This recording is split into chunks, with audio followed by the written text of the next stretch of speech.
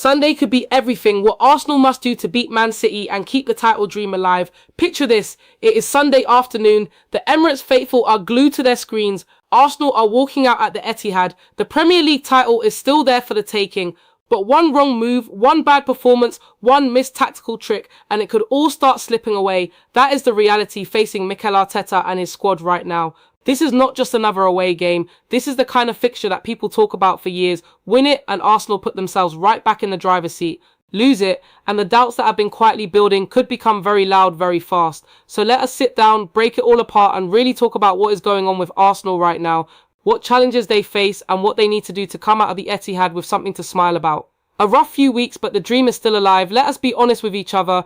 Arsenal have not been at their best lately. It has been a tough stretch of games and the results have shown it. The Carabao Cup final was painful. Arsenal lost 2-0 to Manchester City. That hurt. Then they went and got knocked out of the FA Cup by Southampton, of all teams. Southampton, that was a shock that nobody really saw coming and it stung badly. Then came the Bournemouth game. A Premier League loss to Bournemouth at a time when Arsenal were trying to stay ahead in the title race. That result put real doubt in people's minds. Could Arsenal hold on? Were they mentally ready for this fight? But here is the thing. Arsenal are still in this. The gap in the title race is still there. The points are still on the board. And now they have a chance to do something about it. Head on against the very team that has been chasing them down. Manchester City, on the other hand, have been relentless. They have lost just one domestic game in the whole of 2026. One. That tells you everything about how dangerous they are and how hard it is going to be on Sunday. So yes, it is a massive game, but Arsenal fans, do not lose faith just yet. There is still a path to glory here. The injury headaches that are making Arteta's life very difficult. Before we even get into tactics, we need to talk about the injury situation because it is genuinely complicated right now and it is going to affect everything about how Arsenal set up on Sunday. The biggest concern is Bukayo Saka. Saka has not played a single minute for Arsenal since the Carabao Cup final on March 22nd. That was over 3 weeks ago. The reason? An Achilles problem. Specifically, something called Achilles tendinopathy, which is an injury that you really cannot rush. If you push a player back too soon with this kind of thing, you risk losing him for months. Arteta himself spoke about it and was quite careful with his words. He said that it is something Saka has been carrying for a while, that it is an Achilles issue and that hopefully it will be a matter of days rather than weeks. But he also made it clear that Saka needs to show how he responds when the training load increases before any decision can be made. So the honest answer is nobody knows yet. He has not been ruled out, but he needs to step up his training in the coming days and show that his body can handle it. If he cannot do that, he will not be on that pitch on Sunday. And that would be a massive blow. Because Saka is not just a good player, he is Arsenal's most important attacking threat. He is the one defenders fear. He is the one who opens up space for everyone else. Losing him for this fixture would hurt badly. Now add to that the situation with Noni Madueke. He came into the team as cover in the Champions League quarter-final against Sporting CP and then had to come off in the second half with a knee problem. Now the good news is that early reports are cautiously positive. He did not go down the tunnel for treatment and he joined the team for their lap of appreciation at the end, which suggests it might not be too serious. But you cannot be certain until the medical team has fully assessed him. Then there is Riccardo Calafiori. The Italian left-back has been dealing with his own injury problems recently. But here is a little bit of brighter news. People close to the player have suggested that he could be in contention to return for the City game. If that happens, it gives Arteta more options down the left side, which as we are about to explain is actually very important for how Arsenal might want to play. So to sum it up, Saka is a doubt. Madueke is a concern. Calafiori might be back. Arteta has a lot of decisions to make before Sunday comes around. The Zubimendi question that every Arsenal fan is asking, right? Let us get into the football. Because this is where it gets really interesting. Martin Zubimendi was supposed to be the answer in Arsenal's midfield. He came in with a big reputation, a composed, intelligent holding midfielder who could protect the defence and help Arsenal play out from the back. And for parts of the season, he was exactly that. But recently, he has been struggling. Arsenal fans have been getting frustrated. He has been losing the ball in midfield too often. He has been caught in European games when the pressure has been intense.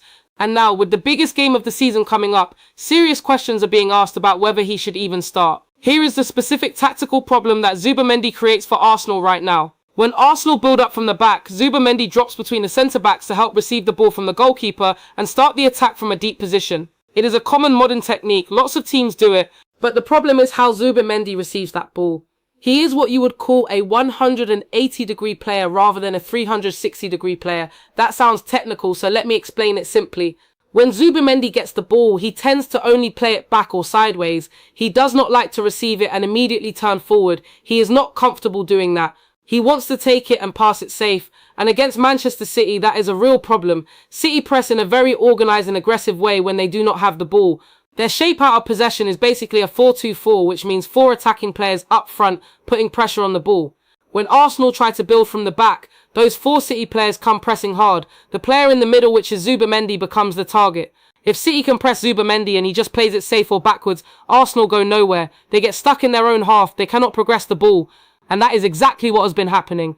So should Arteta drop him? The tactical analysts say yes, but only under one condition. Only if Martin Odegaard is fit enough to play. Does that surprise you?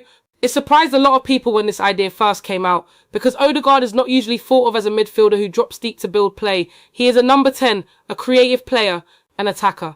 But hear this out, because it actually makes a lot of sense. The Odegaard plan that could change everything here is the idea. Instead of playing Zubimendi in that deep position between the centre-backs, you put Odegaard there. You pair him with Declan Rice in central midfield, and you have someone like Kai Havertz or Eberechi Eze playing in a number 10 role ahead of them. Now, when Arsenal want to build from the back, instead of Zubimendi dropping in, Odegaard moves into that position on the left side, and this is where it gets clever. Gabriel, the centre-back, moves into the middle of the defensive line. The left-back inverts into midfield, and suddenly, instead of just having a goalkeeper and defenders trying to start attacks, Arsenal have created a midfield diamond with better ball players in deeper positions. What does that mean in simple terms? It means Arsenal can pass their way through City's press rather than just kicking it long or playing it safe and sideways. Think about it this way. City are pressing with 4 players at the front. If Arsenal can outnumber them and find a way to play through that press, City's shape breaks down and Arsenal get into dangerous areas. And if City press even higher and more aggressively, Arsenal can push goalkeeper David Raya into the back line too, making it essentially 6 Arsenal players against City's 4 pressing players. That is a huge overload. City simply cannot cover all those passing options. The player being compared to for this role is actually Vitinha from PSG. That is a smart comparison. Vitinha does something similar for Paris Saint-Germain. He drops into deeper areas and helps build attacks with his excellent technical ability and comfort on the ball in tight spaces. Other examples of this kind of positional flexibility are all over European football right now. Joshua Kimmich does it for Bayern Munich. Jude Bellingham has done it for Real Madrid. The best teams in Europe are using technically gifted players in these hybrid deeper roles to create overloads and break through organised presses. Odegaard, when fit, has that quality. He is comfortable on the ball, he can turn, he can find a pass in tight spaces, he does not panic. That is exactly what Arsenal need in that position against City's press. Now, the obvious question is Odegaard fit enough to do this? That is the big unknown right now. His fitness will determine a huge amount of how Arsenal approach this game. If he is available and ready to go, Arteta has this creative option. If he is not, then Arteta has to find another solution or perhaps stick with Zubimendi and hope for the best. What do you think? Do you believe Odegaard can come in and make that kind of tactical impact, or does it feel too much of a risk in such a big game? Stopping Rayan Cherki, the problem nobody is talking about enough while everyone is focused on Haaland, which is understandable because he is Erling Haaland and he scores goals for fun. There is actually another City player who could cause Arsenal even more problems. His name is Rayan Cherki. Cherki is a young French attacking player and he plays in a very unusual way. He starts the game on the right wing, but he does not stay there. He drifts, he wanders, he pops up in different areas all across the pitch. Sometimes he is out wide on the left with Jeremy Doku, sometimes he is central, sometimes he disappears for a few minutes, and then suddenly appears exactly where you did not expect him. That kind of movement is a nightmare to defend because the question becomes who follows him? Who is responsible for picking him up when he drifts into a new zone? A lot of modern teams defend in a man-for-man way, meaning each defender has a specific opponent they are responsible for tracking. That works fine when attackers stay in predictable positions. But Cherki is not predictable. He is the free roll guy. And when you have a free roll guy who nobody is tracking, he causes havoc. The solution that makes most sense, according to tactical thinkers, is to assign a specific Arsenal player to shadow Cherki throughout the entire match. Not follow him everywhere on the pitch, because that would be exhausting and would leave other areas exposed. But specifically, anytime Cherki enters Arsenal's own half, that designated player goes with him. He becomes that player's only job in those moments. The most logical candidate for this job is whoever starts at left back for Arsenal. If Calafiori is fit and plays, it could be him. If not, someone else steps in. But the principle stays the same. One Arsenal player sticks to Cherki whenever he comes into dangerous areas. The defensive shape then adjusts around that. William Saliba, who is Arsenal's best and most reliable centre-back, would focus specifically on Haaland. That is the obvious matchup. You want your best defender on the best striker. That would then leave Gabriel, the other centre-back, free to shift wider and deal with City's remaining wide threats when Cherki has drifted away from his usual position. It is not a perfect solution. There is no perfect solution when you are facing a player as talented and unpredictable as Cherki, but having a clear plan for him is much better than not having one, and Arsenal simply cannot afford to let him float free and pick up the ball in dangerous areas without any pressure on him. How do you think Arsenal should handle Cherki? Is man marking the right call, or do you think there is a better way? What Declan Rice needs to do? We have talked a lot about the tactical questions and the injury worries, but let us not forget that Arsenal still have some genuinely world-class players who can win this game. Declan Rice is one of them. The England midfielder has been one of Arsenal's best and most consistent performers all season. He works hard, he wins the ball, he covers ground, and he has also shown that he can contribute in attacking situations with goals from midfield. In a game this big, Rice is going to be absolutely crucial. If Arsenal are going to play through City's press using the Odegaard idea or any other approach, Rice needs to be the anchor. He needs to hold his position, keep things simple when necessary, and be the platform that everyone else builds from. He also needs to be aware of City's central midfield players.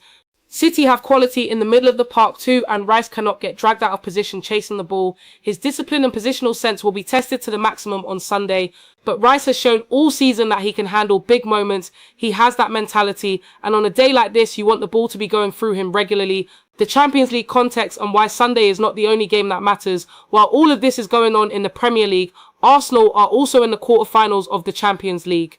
They face Sporting CP in a two-legged tie, and the full picture of how that went has been part of the backdrop to all of this injury news. The second leg of that tie is where Madueke picked up his knee problem. It is also a reminder that Arteta has to manage his squad carefully. These players are not machines. They have been playing a lot of football in a lot of big competitions. That physical and mental load catches up with players.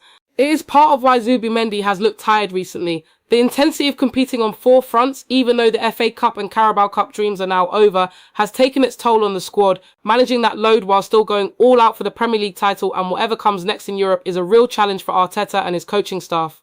Why this is Arteta's biggest test of the season. Mikel Arteta is a very smart manager. Nobody who has watched Arsenal over the last few years should doubt that. He has rebuilt this club into genuine title contenders. He has brought in good players. He has created a system and a philosophy that the whole team buys into. But this moment, this specific stretch of games, and this specific Sunday fixture might be the biggest test he has faced so far in his time at Arsenal. Because it is one thing to build a title-challenging squad, it is another thing entirely to make the right calls in the big moments. Drop Zubimendi or keep faith with him. Play Odegaard in a new position or stick to familiar shapes. Assign someone to track Cherki or trust the backline to deal with it collectively. Keep Saka wrapped in cotton wool or take a risk on his fitness for the most important game of the season. Every one of those decisions matters, and most of them have no clear right answer. They are judgment calls. They are about reading the situation, trusting your players, and having the courage to be bold when boldness is needed. One thing is clear. If Arsenal play the way they have been playing in some of their recent difficult games, where they have struggled to get out of their own half and have been too cautious in possession, City will punish them. Pep Guardiola knows exactly how to exploit those weaknesses, and he has shown it before. Arsenal need to be braver. They need to take the game to City. They need to impose their own style and force City to react to them rather than the other way round. What would a win mean for the title race? Let us end this section by reminding ourselves what is actually at stake here. If Arsenal win on Sunday, the gap in the title race swings back in their favour. They send a message to City and to the rest of the league that they are still here, still fighting, and still capable of beating the best team in the country on their own ground. It will be an enormous psychological boost, not just for the players, but for every single Arsenal supporter who has been nervously watching the last few weeks and wondering if it was starting to slip. A win would not guarantee the title. There are still games to play after Sunday, but it would put Arsenal back in control, and control is everything in a title race. What Arsenal fans need to remember right now, if you are an Arsenal fan and the last few weeks have felt tough, here is what you need to hold on to. This squad has quality, real quality, even with injuries, even with the cup exits, even with the difficult results against Bournemouth and in the Carabao Cup final. The core of this team is good enough to win the Premier League. They have shown that all season. The manager is not going to panic. Arteta never panics. He will have thought carefully about every tactical decision. He will have plans within plans. And when his big players step up in big moments, Arsenal are capable of beating anyone. Saka might be back. Calafiori might be back. Odegaard might be available for this exciting new role. Things are not as bleak as they might feel after a difficult run of results. And yes, City are good, very good. But they are not unbeatable. Arsenal have beaten them before, and they can do it again. The question is whether they have the courage, the clarity and the quality to do it when it matters most, on Sunday, at the Etihad, with the title race right there in the balance. Let us hear from you. This is the kind of game that the Arsenal community needs to come together for. So before Sunday, we want to know what you think. Do you think Arteta should drop Zubimendi for this game? Can Odegaard really play this deeper role and solve the build-up problems Arsenal have been having? Is man marking Cherki the right approach, or do you think there is a better way to handle him? And most importantly, are you confident Arsenal can get a result at the Etihad on Sunday? Drop your thoughts in the comments. This is your space to share how you are feeling, what you think should happen, and what result you are predicting. The more voices, the better, because that is what being part of a football community is all about. One last thing before Sunday comes, every season has a moment. A game, a result, a performance that you look back on later and say, that was the day it all changed, that was the turning point. Sunday at the Etihad could be that moment for Arsenal this season. It could go either way. There is real uncertainty here. The injuries, the form, the tactical challenges, they all make this a genuinely difficult game to call. But Arsenal have the players, they have the manager, they have the belief, and they have 50,000 red and white hearts watching from home and from whatever corner of the world each Arsenal fan happens to be in on that Sunday afternoon, willing them forward, believing in them, and hoping that this is the game where everything clicks back into place. Come on, Arsenal, let us make Sunday count.